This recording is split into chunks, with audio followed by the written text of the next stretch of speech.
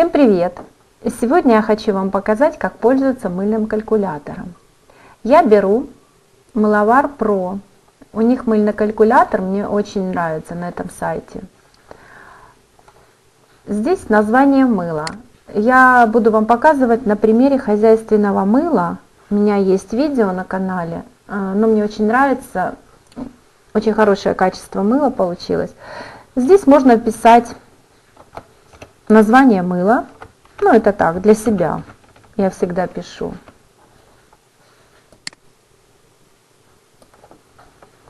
Капслок нажато.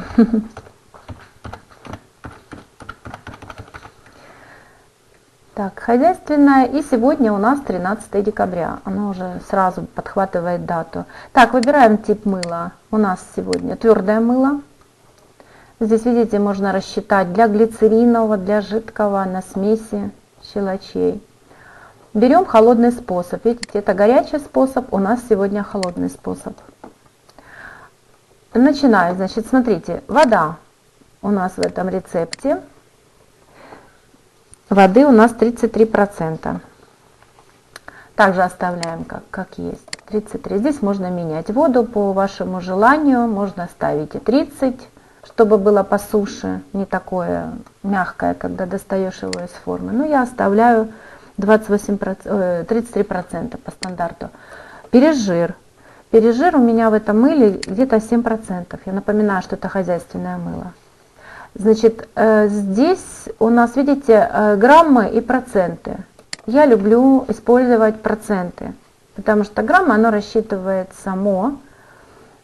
Я ставлю вот тут вот внизу, видите, тут вес основных компонентов, у меня масел будет 1000 грамм, то есть килограмм масел. Вот, и выбираю компоненты из списка. Значит, сегодня я буду использовать кокосовое масло рафинированное, свиной жир, вот он у нас, я его выбираю, касторовое масло, вот, и подсолнечное масло, где оно у нас? Наверное, вот здесь, вот в стороне, потому что его особо не используют, но я беру его для хозяйственного мыла. Оно не успевает прогоркнуть. Так, значит, у нас кокосовое, свиной жир, касторовое. Все, вот эти вот масла выбрать. Видите, оно подтянуло сюда все вот эти мои перечисленные масла, то, что я выбирала. Справа у нас вот здесь вот показатели рецепта. Твердость, очищение, смягчение, пена и йодное число. То, что красным, потом будем смотреть, то, что красным это плохо, должно быть зелененькие цифры. Значит, смотрите, свиного жира я беру 60% по рецепту. Оно сразу же подтягивает 600 грамм, пишет, видите, из 1000 грамм, из килограмма масел берет 600. Подсолнечное масло. Подсолнечного масла у меня 15%. Я ставлю 15. То же самое, видите, 150 грамм подтянула. Так, следующее кокосовое масло. Кокосового масла у нас 21 грамм. 21 грамм. Вот оно. Видите, вот то, что красненьким, вот это нельзя. То есть надо, чтобы было в пределах зеленое. Конечно, бывает иногда исключение, что когда коричневым или красным высвечивается что-то из этих показателей, но мыло бывает тоже хорошее. Исключения из правил бывают. И касторовое масло у нас 4%. Касторового мы берем для пенки. Для того, чтобы была хорошая пена, мелкая. Вот смотрите, видите показатели рецепта: твердость 43 в пределах нормы, 15 тоже в пределах, первое вот начало нормы, и смягчение от 50, то есть все вот в зеленой зоне. Если, например, взять, вот давайте попробуем, например, увеличим количество. Давайте уберем, например, касторовое вообще 0 поставлю, так. а сюда добавлю 4, то есть будет 19. Вот посмотрим, как изменились показатели. В принципе, допустимо, все нормально тоже. Йодное число немножко высоковато, 53 до 55, но в принципе не страшно. А если, например, взять поменьше касторового масла, вот давайте, например, возьму здесь не 21%, а 17, чтобы 5 было легче потом куда-то добавить. И в подсолнечное добавлю, например, 5, это будет 24. Вот то, что я говорила, видите, очищение 12, вот это коричневым, таким вот светлым цветом, это значит у нас не очень сбалансированный рецепт. Поэтому я все возвращаю обратно. Ой, неправильно. Так, значит, поэтому я ставлю масла подсолнечное 19 и касторовое ставлю 4. По-моему, так было у нас. Да? Так, проверяем. Кокосовое 21. Кокосовое 21. Видите, оно не хочет, потому что где-то здесь у меня на подсолнечном у нас 15%, а кокосового 21. Кокосовое масло, оно вот вообще отвечает за хорошую очищающие средства. Вот они, видите, 67 у него индекс за очищение. То есть если мы поменьше его по кокосового поставим масло, то очищение будет уже хуже. Свиной жир он дает твердость 42, и кокосовое тоже дает твердость, но кокосовое лучше очищает, чем свиной жир. Свиной жир смягчение дает, видите, 52. Вот это все показатели. Вот можно сравнивать, что твердость, очищение, смягчение, пена. Так, рецепт у нас сбалансирован. Смотрите, справа пишется в граммах кокосовое, подсолнечное, там Сразу рассчитала щелочь. Видите, вода 330 грамм и пережир. Но, конечно же, я хочу добавить сюда какие-то добавки. Вот у нас добавки. Допустим, я в этом рецепте использовала соль. Вот я набираю соль пищевая.